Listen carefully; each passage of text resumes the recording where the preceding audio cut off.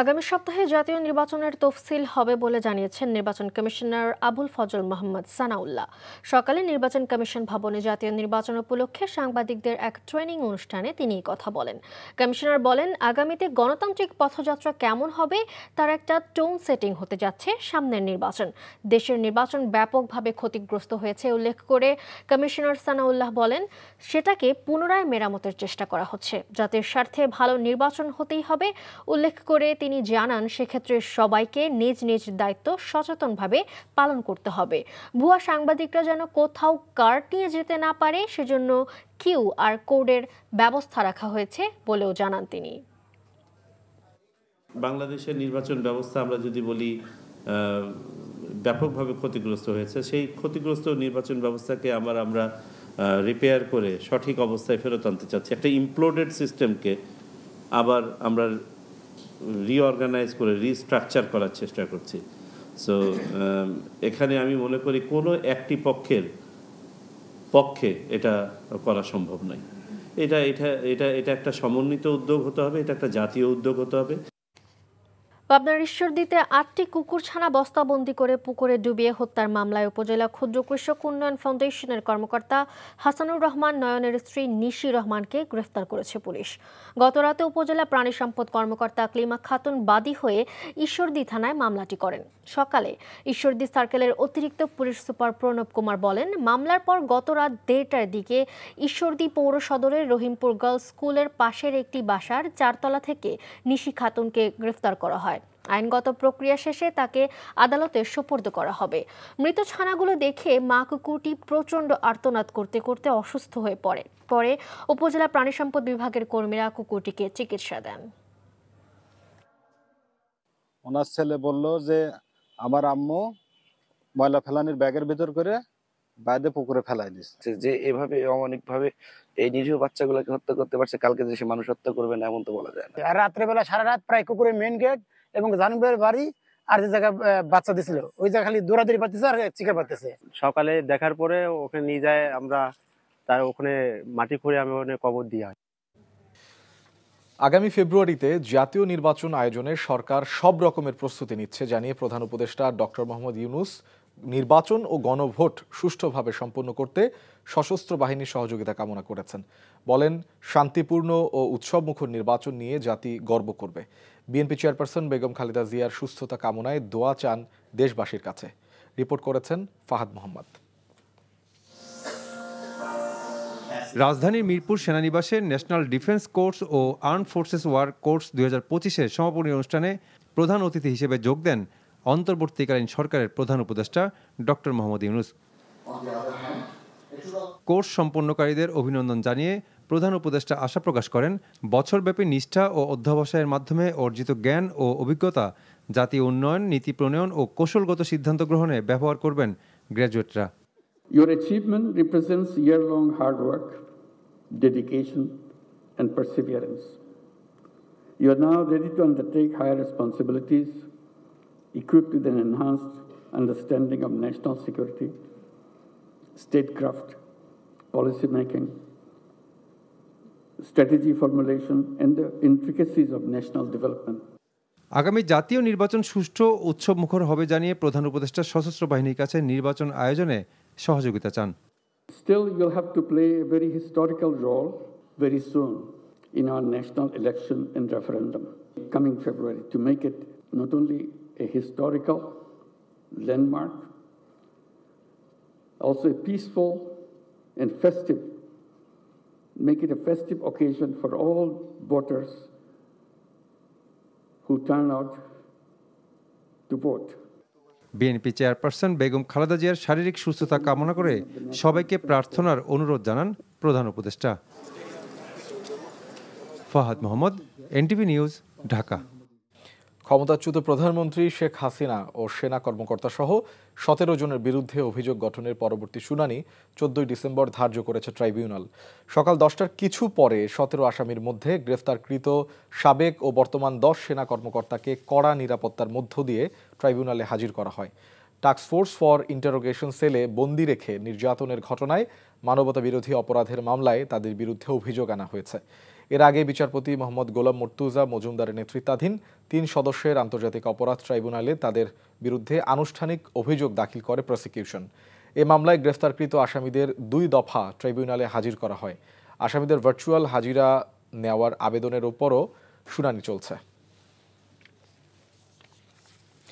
10ম গ্রেডে বেতন বাস্তবায়নের দাবিতে রাজধানী সহ দেশের বিভিন্ন জায়গায় সরকারি হাসপাতালে অর্ধদিবস কর্মবিরতি পালন করছেন মেডিকেল টেকনোলজিস্ট ও ফার্মাসিস্টরা। দীর্ঘ 31 বছর দাবি জানালেও গ্রেড উন্নয়নের সিদ্ধান্ত না আসায় ক্ষোভে আন্দোলনে নেমেছেন তারা। কর্মবিরতির কারণে হাসপাতালে পরীক্ষা নিরীক্ষা ব্যাহত হয়ে ভোগান্তিতে পড়েছেন রোগীরা। আন্দোলনকারীদের অভিযোগ, জনপ্রশাসন মন্ত্রণালয়ে ফাইল প্রক্রিয়াধীন থাকলেও কোয়ারি ও আমলাতান্ত্রিক জটিলতায় অগ্রগতি নেই। একই পর্যায়ে প্রকৌশলী, নার্স ও কৃষিবিদরা 10ম গ্রেড পেলেও তারা এখনও বঞ্চিত। দাবি আদায় না হলে 4 ডিসেম্বর থেকে পূর্ণ দিবস কর্মবিরতি ও হাসপাতাল শাটডাউনের হুঁশিয়ারি দেয় আন্দোলনকারীরা। ডিপ্লোমা, নার্স, কৃষি ডিপ্লোমা সহ অন্যান্য সকল ডিপ্লোমাধারীদের 10ম গ্রেড দেওয়া হয়েছে, কিন্তু আমরা যারা মেডিকেল টেকনিশিয়ান এবং ফার্মাসিস্ট তাদেরকে দেওয়া হয়নি। স্বাস্থ্য মন্ত্রণালয় থেকে আমাদের এই 10ম গ্রেডের ফাইলটি জনপ্রশাসন মন্ত্রণালয়ে প্রেরণ করেছেন, কিন্তু সেখানে বিভিন্ন কারণে, বিভিন্ন কোয়ারির কারণে সেই কার্যক্রমগুলো বাধাগ্রস্ত হচ্ছে। যদি আজকে পর্যন্ত আমাদের কোনো রেজাল্ট আমরা না পাই, তাহলে আগামীকাল থেকে আমরা কমপ্লিট শাটডাউনে যাব। মন্ত্রণালয়ের অনুমোদন ছাড়াই ব্যবসায়ীরা ভোজ্য তেলের দাম বাড়িয়েছেন বলে জানিয়েছে বাণিজ্য উপদেষ্টা শেখ বশির উদ্দিন। সকালে সচিবালয়ে এক বৈঠক শেষে তিনি জানান, তেলের দাম বৃদ্ধির কোনো যৌক্তিক কারণ নেই। যারা এ কাজ করেছে তাদের বিরুদ্ধে ব্যবস্থা নেওয়া হবে বলেও জানান তিনি। গতকালই তো আমরা কিনেছি ওনাদের কাছ থেকে 50 লক্ষ লিটার তেল কিনেছি, 1-2 লিটার না তো 50 লক্ষ লিটার তেল যদি টেন্ডারে 20 টাকা কমে আমরা কিনতে পারি, তাহলে বাজারে কেন এত বেশি দামে বিক্রি হবে? এর তো কোনো যৌক্তিক কারণ আমি খুঁজে পাচ্ছি না। এটার কোনো আইনগত ভিত্তি নাই, যে কর্মকাণ্ডটা ওনারা করেছেন এর কোনো আইনগত ভিত্তি নাই। জামায়াতের নায়েবে আমির এটিএম আজহারুল ইসলাম অভিযোগ করে বলেছেন, অন্তর্বর্তীকালীন সরকারের কাছে নির্বাচনের লেভেল প্লেইং ফিল্ড সহ 5 দফা দাবি জানানো হলেও সেটির কোনো দৃশ্যমান অগ্রগতি নেই। বলেন, ইসলামী দলগুলো রাজপথে নেমেছে আগামী জাতীয় নির্বাচনে জয়লাভ করেই তারা ক্ষমতায় যাবে। সকালে রংপুর কেন্দ্রীয় ঈদগাহ মাঠে আন্দোলনরত সমমনা ইসলামী সহ 8 দলের বিভাগীয় সমাবেশে এসব কথা বলেন তিনি। দেশের সুশাসন ও শান্তি প্রতিষ্ঠার লক্ষ্যে শরিয়া আইন প্রতিষ্ঠা করা হবে বলেও জানান তিনি। যারা শরিয়া আইন মানেন না তাদের সাথে কোনো সম্পর্ক নেই বলেও মন্তব্য করেন এটিএম আজহারুল ইসলাম। সব মার্কা দেখা শেষ, আমরা নতুন ভাবে এই নতুন মার্কাগুলোকে দেখতে চাই, যারা ক্ষমতায় গিয়ে দেশকে নতুন ভাবে পরিচালিত করবেন। সম্পূর্ণ আধিপত্যবাদ বিরোধী শক্তি আজকে ক্ষমতায় গেলে আমরা আমার দেশ আমি শাসন করতে পারবো, বাংলাদেশের জনগণই শাসন করতে পারবো। কারো ডিকটেশনে, কারো দাদাগিরিতে বাংলাদেশ চলবে না। সাবেক প্রধানমন্ত্রী ও বিএনপি চেয়ারপারসন বেগম খালেদা জিয়ার শারীরিক অবস্থা এখনও অপরিবর্তিত। লন্ডন থেকে আসা বিশেষজ্ঞ চিকিৎসক ডক্টর রিচার্ড বিলি এরই মধ্যে কাজ শুরু করেছেন। চীনের চিকিৎসক দলও কাজ করছেন মেডিকেল টিমের সঙ্গে। রাতেই চীনের আরও একটি দল ঢাকায় আসার কথা রয়েছে। বাড়তি নিরাপত্তার পরও এভারকেয়ার হাসপাতালের সামনে কমেনি মানুষের অপেক্ষা। খালেদা জিয়ার সুস্থতা কামনায় দেশ জুড়ে চলছে দোয়া মোনাজাত। হাসান মাহমুদের রিপোর্ট। নেতাকর্মী বিস্তৃত তুমুল স্লোগান মুখর গণতান্ত্রিক রাজনীতির মুখরতা প্রিয় এক আলোকিত নারী এখন হাসপাতালের শয্যায় উদ্বেগ আর উৎকণ্ঠার দোলাচলে। দিন আর রাতের পার্থক্যের ব্যবধানেও হাসপাতালের সামনে কমে না মানুষের অপেক্ষা। চোখে মুখে অজানা আতঙ্ক, তবুও প্রিয় নেত্রী কিংবা ভালোবাসার মানুষটির জন্য অজান্তেই সৃষ্টিকর্তার দরবারে ওঠে প্রার্থনার হাত, আরোগ্যের মোনাজাত। দৃঢ় কণ্ঠে কত কথা বলেছে এবং সে নিজেই এই গণতন্ত্রের জন্য সে একা লড়াই করে গিয়েছিল। ফজর নামাজ পড়ছি আজকে সকালে, চোখের পানি রাখতে পারি না, এই জন্য আমি তার ইয়ারতে আমি চলে আসছি তাকে আকুতি দেখার জন্য। আল্লাহ তাআলা আমার নেত্রীকে রাখছে এবং উনি দীর্ঘ হায়াত পাক, এটাই কামনা করি। হাসপাতালের করোনারি কেয়ার ইউনিট সিসিইউতে চিকিৎসক দলের প্রায় সপ্তাহখানেকের নিবিড় পরিচর্যায় বেগম জিয়ার শারীরিক অবস্থার আশানুরূপ উন্নতি ঘটেনি। খালেদা জিয়ার চিকিৎসার সাথে ভার্চুয়ালি যুক্ত রয়েছেন দেশি বিদেশি চিকিৎসকরা। ঢাকায় পৌঁছেছেন লন্ডনের বিশেষজ্ঞ চিকিৎসক ডাক্তার রিচার্ড বিলি। এর আগে থেকেই হাসপাতালে চিকিৎসায় যুক্ত হয়েছেন চীন থেকে আসা প্রাথমিক চিকিৎসক দলও। বেগম জিয়াকে অতি গুরুত্বপূর্ণ ব্যক্তি ঘোষণার পর থেকে হাসপাতালের বাইরে বেড়েছে নিরাপত্তা বলয়, তবুও কমেনি মানুষের অপেক্ষা। বিএনপি সহ বিভিন্ন রাজনৈতিক দলের নেতারা প্রতিদিনই আসছেন বেগম জিয়ার শারীরিক অবস্থার খোঁজ নিতে। আমরা এখন আল্লাহর কাছে দোয়া করি আল্লাহ যেন তাকে পরিপূর্ণ সুস্থ করে দেন এবং আগে যেইভাবে তিনি দেশের খেদমত করেছেন আমাদের মাঝে আবারও তেনাকে আল্লাহ পাক ফিরিয়ে দেন, যেন তিনি আবারও আপোষহীনভাবে দেশের খেদমত আঞ্জাম দিতে পারেন। হাসপাতালের সামনে অপেক্ষারত মানুষের প্রার্থনার সাথে বেগম খালেদা জিয়ার সুস্থতায় যুক্ত হয় দেশ জুড়ে অগণিত মানুষের মোনাজাত। Hasan Mahmud, NTV news, Dhaka. এদিকে বিএনপি চেয়ারপারসন বেগম খালেদা জিয়ার স্বাস্থ্যের খোঁজ খবর নিয়েছেন প্রধান উপদেষ্টা প্রফেসর ডক্টর মোহাম্মদ ইউনুস।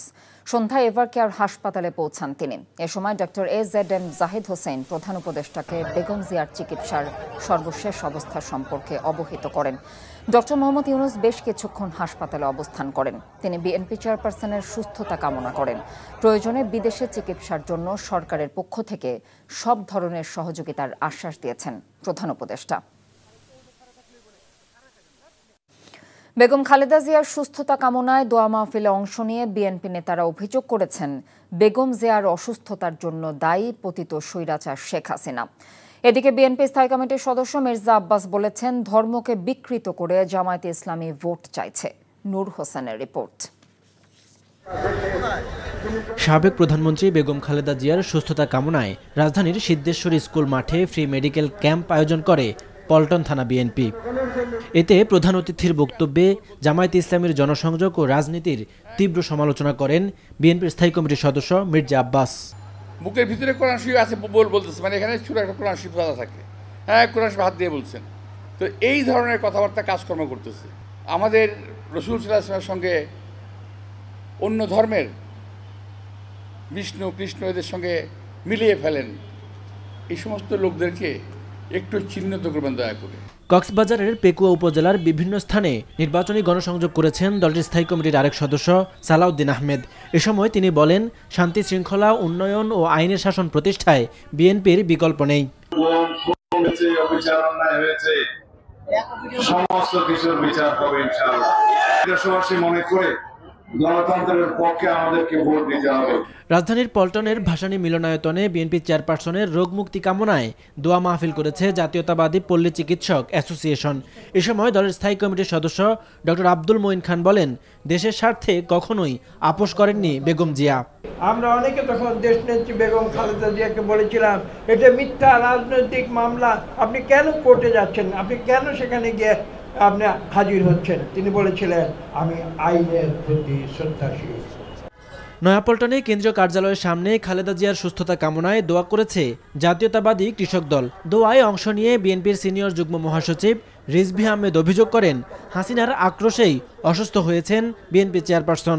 তার এই মুমূর্ষ, এই রোগাক্রান্ত, এই অসুস্থতা তো ওই হাসিনার কারণে, কিন্তু জনগণের হৃদয় থেকে, জনগণের হৃদয় তন্ত্রী ছিঁড়ে যে ভালোবাসা, যে শ্রদ্ধা, যে আকুলতা, যে আবেগ দেশনেত্রীর জন্য আজকে সারা দেশে প্রকাশিত হচ্ছে।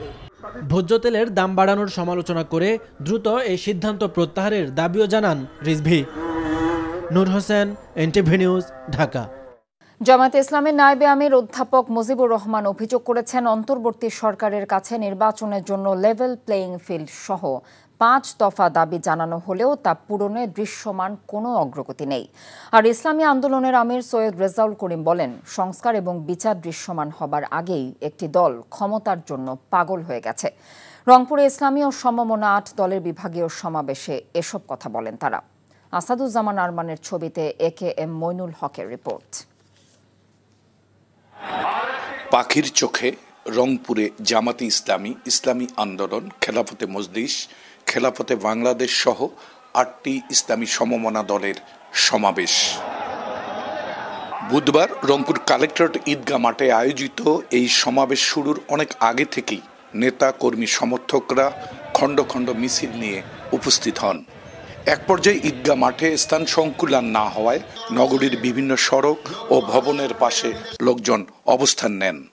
জামায়াতে ইসলামীর নায়েবে আমির অধ্যাপক মুজিবুর রহমানের সভাপতিত্বে সমাবেশে প্রধান অতিথি হিসেবে উপস্থিত ছিলেন চরমনাই পীর সৈয়দ রেজাউল করিম। দেশের আমূল পরিবর্তনের জন্য ইসলামী জোটবদ্ধ দলগুলোকে ভোট দেওয়ার আহ্বান জানান বক্তারা। সরকারের কাছে বলেছিলাম অন্যায় যারা করেছে এদের বিচার হওয়া দরকার। সুন্দর করে বলেছেন খারাপ যা কিছু আছে বাদ দিতে হবে, ভালো যা কিছু আছে তা গ্রহণ করতে হবে। আমরা বলেছি সম্পূর্ণ আধিপত্যবাদ বিরোধী শক্তি আজকে ক্ষমতায় গেলে আমরা আমার দেশ আমি শাসন করতে পারবো, বাংলাদেশের জনগণই শাসন করতে পারবো, কারো ডিকটেশনে কারো দাদাগিরিতে বাংলাদেশ চলবে না। একটি দল ক্ষমতায় আসার জন্য পাগল হয়ে গেছে, এমন মন্তব্য করেন ইসলামী আন্দোলনের আমির সৈয়দ রেজাউল করিম। ক্ষমতালোভীরা সংস্কার এবং দৃশ্যমান বিচারকে গুরুত্ব না দিয়ে ক্ষমতায় যাওয়ার জন্য শুধু পাগল নয়, ডবল পাগল হয়ে গেছে। আগামী জাতীয় সংসদ নির্বাচন উপলক্ষে 8টি ইসলামী দল জোটবদ্ধ হওয়ার পর রংপুর বিভাগে এটাই ছিল প্রথম সমাবেশ।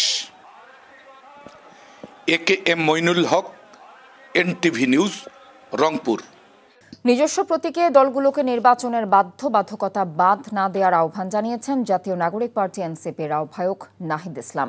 রাজধানীর আগারগাঁওয়ে এনসিপির দলীয় প্রতীক শাপলা কলি এবং নিবন্ধন সনদ গ্রহণ করে তিনি একথা বলেন। নির্বাচনে অর্থ ক্ষমতার প্রভাব নিয়ে গভীর উদ্বেগ জানিয়েছেন নাহিদ। বলেন, হলফনামায় প্রার্থীর তথ্য যাচাই বাছাই করার জন্য ইসিকে অনুরোধ করা হয়েছে। একই সঙ্গে কালো টাকার প্রভাব ঠেকানো, ডিসিএসপি বদলির বিষয়ে রাজনৈতিক প্রভাবের কাছে নতি স্বীকার না করার পরামর্শ দেন তিনি। এনসিপি আহ্বায়ক বলেন, শাপলাকলি প্রতীকে এবার নির্বাচনে অংশ নেবে তার দল। আরপিও সংশোধন, জাতীয় নির্বাচন স্থগিত এবং অন্য দলের প্রতীক নিয়ে নির্বাচনে আদালতের শরণাপন্ন হওয়ায় নির্বাচন যথাসময় অনুষ্ঠান নিয়ে শঙ্কা প্রকাশ করেছেন নাহিদ ইসলাম। উদ্বেগ রয়েছে, আমাদেরও উদ্বেগ রয়েছে। এখন যেই ডিসিএসপি তাদের বদলি হচ্ছে সেই বিষয়ে যাতে নির্বাচন কমিশন খেয়াল রাখে, সেখানে রাজনৈতিক প্রভাব আছে বলে আমরা মনে করছি। এ বিষয়ে নির্বাচন কমিশন যাতে ব্যবস্থা গ্রহণ করে। আমরা কোনোভাবেই চাই না যে নির্বাচনের যেই যাত্রা শুরু হয়েছে এটা কোনোভাবে ব্যাহত হোক। যথাসময়ে এবং যথাযথ পরিবেশে সুষ্ঠু একটা নির্বাচন যাতে হতে পারে সেটা আমাদের প্রত্যাশা। গুমের ঘটনায় কোনো বাহিনীর বিচার করা হচ্ছে না, বিচার হচ্ছে অপরাধের। আর অভিযুক্তদের বেলায় আইন সমান। কাজেই আসামি সেনা কর্মকর্তা হলেও ভার্চুয়ালি হাজিরা দেওয়ার সুযোগ নেই বলে মন্তব্য করেছে ট্রাইব্যুনাল। বিচারপতি মোহাম্মদ গোলাম মর্তুজা মজুমদারের নেতৃত্বাধীন 3 সদস্যের ট্রাইব্যুনাল আসামিদের ভার্চুয়ালি হাজিরা দেওয়ার আবেদন খারিজ করে এসব মন্তব্য করেন। এর আগে প্রসিকিউশন পক্ষ গুমের মামলায় শেখ হাসিনা সহ 17 আসামিদের বিরুদ্ধে অভিযোগ গঠনের ওপর শুনানি করেন। বিস্তারিত জানাচ্ছেন হাসান জাভেদ।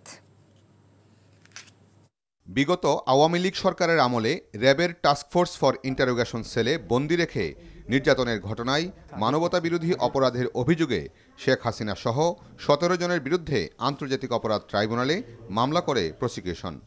সেই মামলায় গ্রেফতার সাবেক ও বর্তমান 10 সেনা কর্মকর্তাকে কড়া নিরাপত্তা ব্যবস্থায় ট্রাইব্যুনালে হাজির করা হয়। পরে তাদের উপস্থিতিতে আনুষ্ঠানিক অভিযোগ গঠনের শুনানি করে প্রসিকিউশন।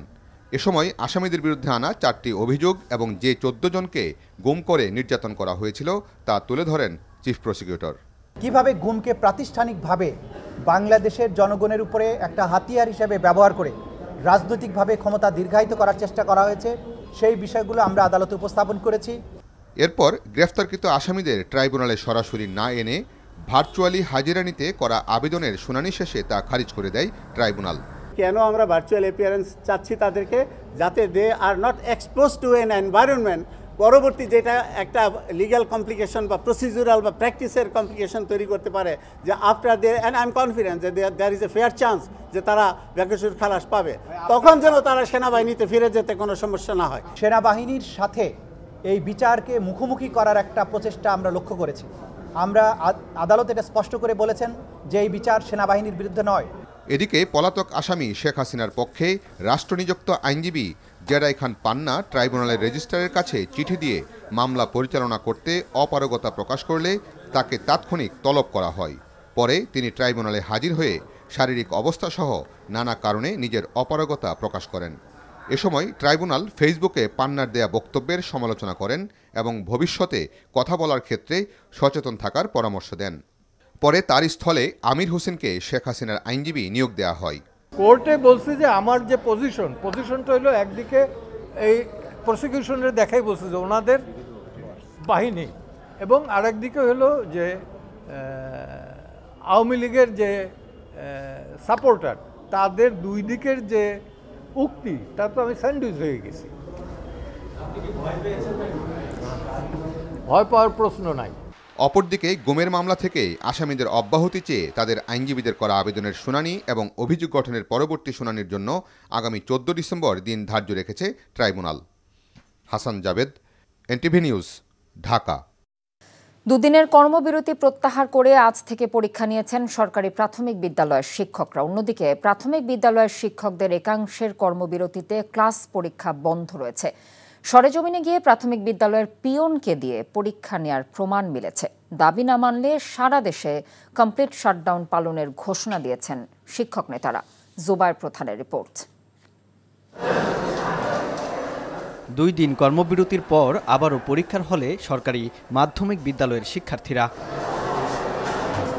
সহকারী শিক্ষক পদকে বিসিএস সাধারণ শিক্ষা ক্যাডারে অন্তর্ভুক্ত করা, শূন্যপদে নিয়োগ ও পদোন্নতি সহ 4 দফা দাবিতে সরকারি মাধ্যমিকের শিক্ষকরা গেল সোমবার থেকে কর্মবিরতি পালন করে আসছেন। ফলে ঢাকা সহ দেশের বেশিরভাগ বিদ্যালয়ে বার্ষিক পরীক্ষা স্থগিত হয়ে যায়। মঙ্গলবার রাতে সচিবালয়ে শিক্ষা উপদেষ্টার সাথে বৈঠকে আসে সমাধান। অবশেষে কর্মবিরতি বাদ দিয়ে শিক্ষা কার্যক্রমে ফিরেছেন শিক্ষকরা। তবে পরীক্ষার মধ্যে কর্মবিরতি দেয়ায় বিরক্তি ও ক্ষোভ প্রকাশ করেন শিক্ষার্থী ও অভিভাবকরা। স্যাররা বলল যে আজকে আমরা কোনো পরীক্ষা নিব না, তোমরা আজকে চলে যাও। পরীক্ষা যে দিতে পারে না, দেখতে অনেক বিরক্ত লাগছে। এটা অত্যন্ত দুঃখজনক যে বাচ্চারা পরীক্ষার প্রস্তুতি নিয়ে এসে পরীক্ষাটা দিতে পারেনি। আর যেন ভবিষ্যতে এরা বন্ধ না করে সেদিকে তাদেরকে খেয়াল রাখতে হবে।